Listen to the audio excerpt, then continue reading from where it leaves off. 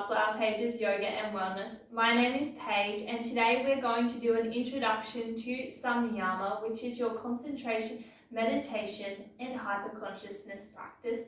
And this video is aimed at beginners, but it's also for anybody who's interested in learning a little bit more about these practices, some of the challenges you might experience along the way, and then also some of the different techniques that we can use.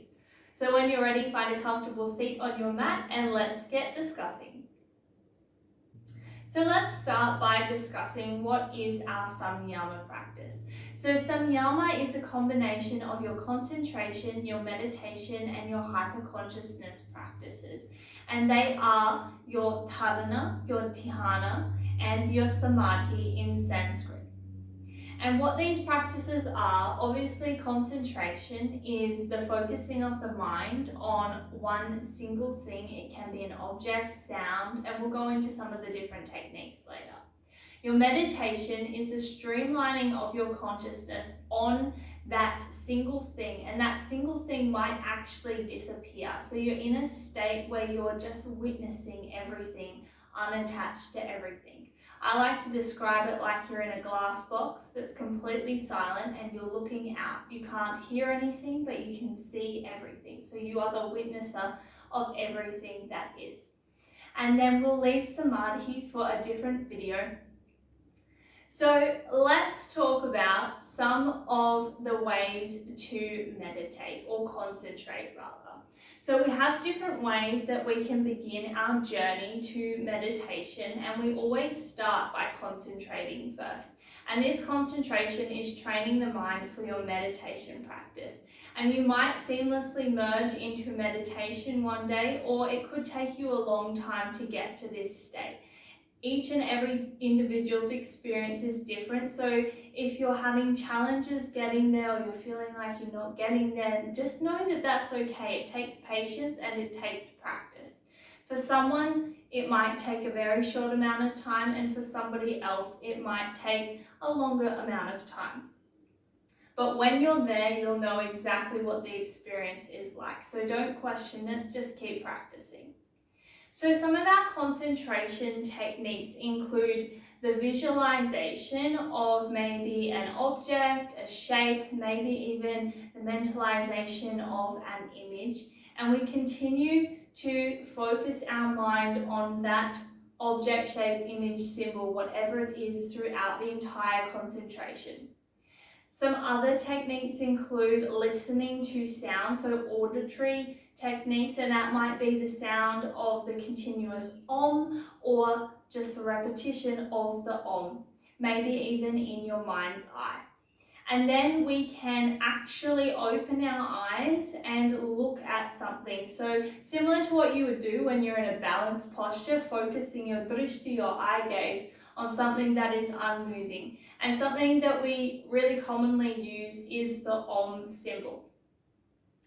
And then we have our guided meditation. So this is a really great one for beginners. So if you struggle to stay concentrated on that single thing that you've chosen to focus your mind on, you can actually begin the practice with some guided meditations, which is just somebody talking you through an experience. So it might be a visualization or mentalization. Maybe they take you on a journey, and then eventually you're led to a point where there is absolute silence and you've quietened the mind enough that you can just concentrate on whatever it is that they've left you with. So it's a really great place to start for beginners, and you can check out some of my other videos for some guided meditation practices. And then we have the techniques that are initiatic. So this is where a instructor or a master will actually give you a personalized technique, and it might be something such as a mantra that is private to you only, and you can only obtain this technique through this transition or this delivery of the information from your instructor or master. So there's some of the techniques that we have to concentrate and to begin to learn to meditate. And so how do we actually do this? What do we do while we're concentrating on meditating? So the first thing here is to find a comfortable seat, And what that looks like is sitting on the earth in a cross-legged position. And you can just begin simply by finding a position that is very comfortable for you. And if staying seated cross-legged for an extended period of time is not comfortable, then it's always recommended to maybe do some asanas beforehand to begin to open your hip pelvis area and increase your flexibility. Or if that doesn't work for you, or maybe you don't have time to do that, then you can always grab a prop such as a bolster. And what you do is you simply place it beneath your seat bones to help you to tilt your pelvis forward. And this will allow your upper body to sit more comfortably, and you're able to sustain the permanence in this asana, your Tyasanas, for a longer amount of time. If you don't need your bolster, or you're quite comfortable sitting on the earth without doing asanas prior, then that's also absolutely perfect. So what we want to do is find a really comfortable seat in whatever way you've chosen to sit on your bolster on the earth. And then what you want to do is cross your legs, like I said before, and then find a mudra that suits you for your practice. So one of the common mudras, the most common one, is your Shiva mudra, placing the left hand on top of the right for women and right hand on top of the left for men. Palms touching the back of your other hand. And another option here is your Nana mudra. So that's joining your index fingers and thumbs, extending all other fingers. And then you simply rest your hands on your knees, palms facing up towards the sky if the sun is still above the horizon. Or we flip the palms if the sun has set. So just find a shape with the hands, a hand gesture that feels best for you. And then what you want to do is focus on lengthening your spine. And lengthening the spine helps you to stay in the comfortable seat for a longer amount of time, but it also allows and facilitates the rising of Kundalini should it rise. So what I like to do is find my seat, find my mudra, breathe in, lengthen the spine, and then the next thing to do is breathe out, close down the eyes to reduce your external distractions and bring your awareness more internally for self-observation, the practice of concentrating and meditation. And then we simply continue our exhalation, relaxing the shoulders. So you can see that I'm sitting up nice and tall here, yet my body is nice and relaxed, and I'm very comfy. So this is your seat for meditation. You can find that position that is comfortable for you, and if you do find your way partway through the practice and you just can't get your mind away from the discomfort in your body or your body awareness, then you can just shuffle your position. You're always allowed to come out and to just shuffle around, because we need to be comfortable to stay here for this practice. And then when we've found our position and we've relaxed the body, then all you need to do is simply allow your breathing to be natural. So through the yoga practice, maybe your pranayama or your asana practice, you are using maybe your complete breath. So it's really controlled and conscious breathing. And what you want to do here is simply just let the breath be natural. Try to breathe in and out through your nose, but don't focus your awareness on controlling the breath. You just simply let the belly come out and let it relax back in. Okay, so what is the purpose of our meditation practice? Now we've covered what it is, how to sit and get prepared for it. Why do we even do this? So the purpose of your practice, your concentration, meditation, hyperconsciousness, your Samyama practice, is to quieten down your mind and your emotions. It is a practice of self-observation, and it leads us to self-knowledge. And this self-study and self-observation eventually leads to the expansion of consciousness or samadhi and enlightenment in later years or maybe in later lifetimes, depending on how committed to your practice you are and whether that's in your story for you. So this self-study allows us to increase our self-awareness. And this naturally you'll notice over time, if you continue to meditate consistently, you will actually take off your mat and integrate into your day-to-day life.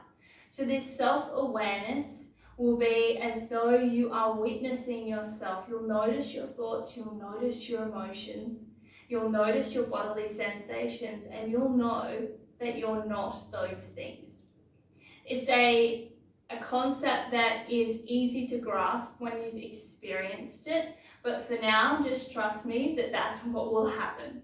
So when you begin to take this self-awareness off the mat through practicing noticing our thoughts, emotions, and bodily sensations, we can actually give ourselves the power to change these. So where this is really beautiful is if you're in a state in your life or in a sense of being that maybe you're not happy with and you want to change who you are, through this practice of self-observation, awareness, self-knowledge, we actually begin to notice our thoughts, our beliefs, our habits, our actions, our behaviors, and when we become aware, we're able to change them. We're able to implement strategies and practices that can help us break the patterns and move towards who we want to become. So meditation is a really simple practice in concept, but it can be quite difficult to get there, to quieten the mind, but it's really powerful. The benefits are really beautiful. So some of the other things that come along as side effects are reduced stress, the ability to manage your emotions and clock your thoughts, like I said. And then it also increases your ability and your capacity to concentrate and focus. So we've gone through some of the ways that we can meditate, but while we're meditating, what are some of the things or the challenges that you might experience or that might come up for you? So the first one is related to the body. As I said before, this might be discomfort, an extreme sense that you're just not comfortable where you are. You might be sitting there nice and peacefully, and then you notice that something's just not right and your attention keeps going back to that discomfort in the body. So how you can fix this is just simply to get comfortable. So readjust your position. There is no shame in that. There is no should be's in this practice. It's simply do what feels good for you. So if you're uncomfortable, then shift and change your position. The next one is the thoughts. So our minds are really active. We're always mentally stimulated in our day-to-day lives. And so the thoughts can be something that are a real challenge to overcome. They're always wanting to distract you from your point of concentration or focus. And the key here is to almost separate yourself from the thoughts. So you want to be the witnesser of the thoughts. The thought will come in. We just notice it, we don't attach to it, and we let it go. So it's like going in one ear and going out the other, and there's no attachment going on in the middle. So that's one strategy to help you manage your thoughts as they begin to try and interrupt and steal you from your concentration. Just simply notice them and let them go. And then a similar thing with the emotions is also to observe those. So you might have some really heavy emotions coming up or some really light and joyful emotions come up while you're practicing. Just know that the experience of emotion is completely normal and this may change from day to day. So depending on how you've been feeling and how you feel going into your meditation will impact what emotions come up. So for example, it's not uncommon to cry. I've cried in many meditations, and it's not uncommon to experience a really extreme sense of joy and happiness while you're sitting to meditate or concentrate. So our emotions can influence our thoughts or cause a thought, and our thoughts can cause the arising of an emotion. So they kind of are interchangeable in the cause and effect sense. And in that way, it's important to notice and whether you're allowing an emotion to attach to a thought or a thought to attach to an emotion. So this is where the practice of awareness becomes really important. So through being the witnesser, we don't allow ourselves to attach, because the thought might not actually be relevant to the emotion. Sometimes our mind always likes to know why, and when we have thoughts, our body sometimes is habituated in stimulating or allowing certain emotions to arise. So it's important that we don't attach to any of this. We just simply practice witnessing them and just go, how interesting if it does come up. Allow yourself perhaps to experience the emotion. If it's coming up, it's probably coming up for a reason and it needs to be released. So just allow yourself to experience the emotion. Don't worry about anybody else. And if you're in your own space, then you can really embody that and empower yourself to feel as though you can just release everything. So just let it come up. And then something else that might happen for you is actual physical movements or visualizations. So it's not uncommon when you're moving into a state of meditation for your eyes to roll back into your head or for your eyelids to flutter really quickly, open and shut.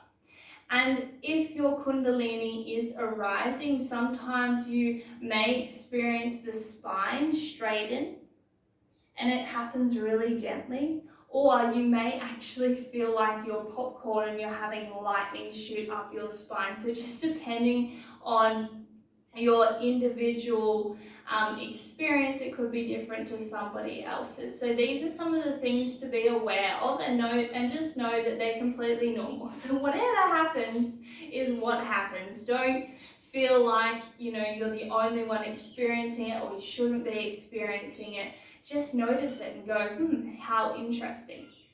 What I really like to do is journal down my experiences during my meditation, because often you can read back and witness for yourself or notice that you've been on a journey with your meditation. Different things start to happen and you begin to evolve in your own practice. And then, as I said, you may have some really vivid visualizations as well. So you may go completely within and lose sense of your entire surroundings. And often when we're in this practice, we're a lot deeper than we think that we are. So you may be like hearing sounds around you from your external environment, but you're a lot deeper in your practice than what you think you are. So if somebody speaks to you, you may experience extreme fright, thinking that you weren't going to experience that if someone did talk to you. For example, one day I was meditating on the beach and I was deep in my practice, having a very extreme visualization or mentalization, just watching and noticing everything happened in my mind. And all of a sudden I was brought out of my practice by the bark of a dog, and I opened my eyes to see this beautiful golden retriever sitting right in front of me. It had run up the beach with its ball and it decided that it wanted me to throw it, and it dropped this ball right in front of me. I didn't hear the dog coming, I didn't hear the ball drop, but I definitely heard it bark, and it scared the living daylights out of me. So if you're not wanting to have an experience like that, then I recommend that you practice somewhere quiet where there's no external distractions or potential for this to happen, because sometimes it can actually be detrimental to your practice. And then sometimes we just may experience a really intense concentration or meditation practice, and just know that that's okay. Your experience is your experience and it is valid. And what I recommend for this is that you actually have or practice a shorter concentration or meditation. So maybe 3 to 5 minutes. And as you begin to get more comfortable with your experiences, then you can begin to extend the length of time if you like. So I hope I didn't waffle on about that, but that's some of the things that you might like to know about before you're beginning to meditate, concentrate, or practice Samyama.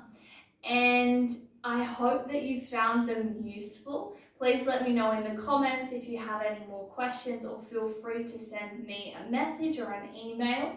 And like always, if you'd like to come along to practice, then you can click on some of the links below, head to my website to join a live class.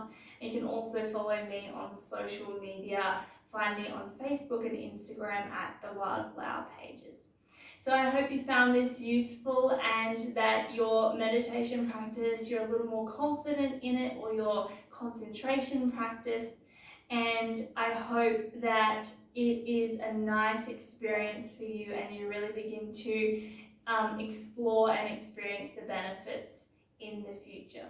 So once again, thank you for joining me, and I wish you all the best for the rest of your week. Namaste.